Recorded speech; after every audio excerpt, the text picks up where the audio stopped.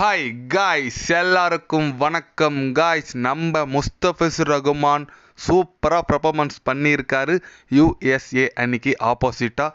ஆமாங்க, அவர் தாங்க leading wicket taker. அதில் மேன் ஆஃப் த மேட்சும் அவர் தான் வாங்கியிருக்காரு, மேன் ஆஃப் த சீரீஸும் அவர் தான் வாங்கியிருக்காரு. அது மட்டும் இல்லாமல் வெற்றி பெற்றதுக்கு அப்புறம் போஸ்ட் மேட்ச் ப்ரெசன்டேஷனில் அவர்கிட்ட பேசியிருக்காங்க. அப்போது பார்த்தீங்கன்னா சென்னை அணி பற்றியும் எம்எஸ் தோனி பற்றியும் பேசியிருக்காரு. அது என்ன ஏதுன்னு வீடியோவில் டீட்டெயில்டாக பார்க்கலாம். அதுக்கு முன்னே நீங்கள் நம்ம சேனலுக்கு புதுசாக வந்திருந்தீங்கன்னா ஒரு சப்ஸ்கிரைப் மட்டும் ஒன்று பண்ணிட்டு வாங்க, வீடியோக்குள்ளே போகலாம். ஆமாங்க, நம்ம பங்களாதேஷ் அணி பார்த்தீங்கன்னா யூஎஸ்ஏ அணிக்கு டூர் போயிருந்தாங்க 3 T20 விளையாடுறதுக்கு. அதில் பார்த்தீங்கன்னா முதல் 2 மேட்ச்சில் படு தோல்வி அடைஞ்சிட்டாங்க, சீரீஸையும் விட்டுட்டாங்க. அட்லீஸ்ட்டு அடுத்த போட்டி வின் பண்ணி ஒரு ஆறுதல் வெற்றியாச்சும் பெறணும்னு சொல்லிட்டு ஆடிட்டு வந்தாங்க. அதில் பார்த்தீங்கன்னா நம்ம சிஎஸ்கே வீரர் முஸ்தபிசுர் ரகுமான் சென்னை அணியில் இருந்த ஃபார்ம் அப்படியே கண்டினியூ பண்ணி சூப்பராக போட்டாருங்க. 6 விக்கெட் எடுத்தார், 4 ஓவர் போட்டு 10 ரன்னு மட்டும் தான் விட்டு கொடுத்தாரு, ஒரு மேடின் ஓவர். சூப்பராக போட்டாருங்க. அந்த சீரீஸில் மொத்தம் 10 விக்கெட் எடுத்திருக்காரு. நம்ம Mustafizur Rahman man of the series வாங்கியிருக்காரு.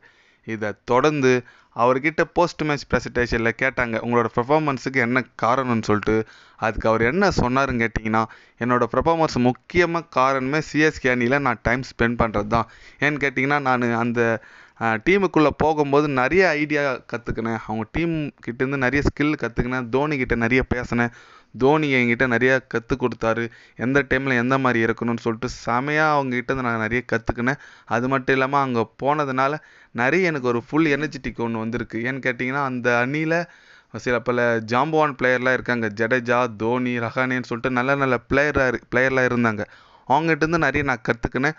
அது மட்டும் இல்லாமல் அவங்களோட ஸ்கில்ஸ்லாம் எனக்கு கற்றுக் கொடுத்தனால என்னோடய போலிங் போகிறதுக்கு ரொம்ப யூஸ்ஃபுல்லாக இருக்குது. சென்னை அணி என் வாழ்நாளில் எனக்கு கிடைச்ச பொக்கிஷன்னு சொல்லலாம். அந்த டீமில் நான் விளையாடினது ஏன்னு கேட்டிங்கன்னா, எத்தனோ அணிக்கோசரம் விளையாடிருக்கேன். ஆனால் சென்னை அணி மாதிரி ஒரு டீமுக்கோசரம் நான் விளையாடிக்கிறது ரொம்ப பெருமையாக நினைக்கிறேன்.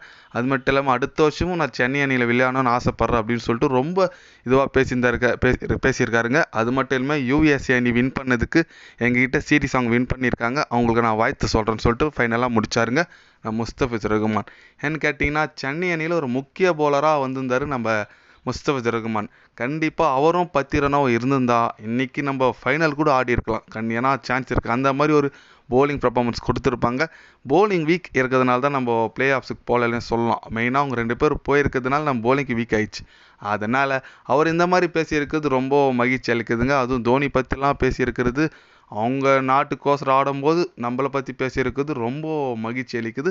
கண்டிப்பாக இதுலேருந்தே தெரியுது நம்ம சென்னை சூப்பர் கிங்ஸ் அணி எந்த அளவுக்கு ஒரு நல்ல அணியாக இருக்குது. இந்தமாரி 5 கோப்பை அடிக்கிறதுனா சும்மா இல்லைங்க. ஒரு பெரிய டோர்னமெண்ட்டில் அவங்க 5 கோப்பை அடிச்சிருக்கிறது இதெல்லாம் தாங்க காரணம். அதனால் நம்ம தோனியை பற்றி இந்த மாதிரி முஸ்தபிசுர் ரகுமான் பேசிக்கிறத பற்றி நீங்கள் என்ன நினைக்கிறீங்கன்னு சொல்லிட்டு கமெண்ட் பண்ணிட்டு போங்க. அடுத்த வருஷம் முஸ்தபிசுர் ரகுமான் சென்னை அணியில் வேணுமா வேணாவா என்ன நினைக்கிறீங்கன்னு சொல்லிட்டு நீங்கள் கமெண்ட் பண்ணிட்டு போங்க.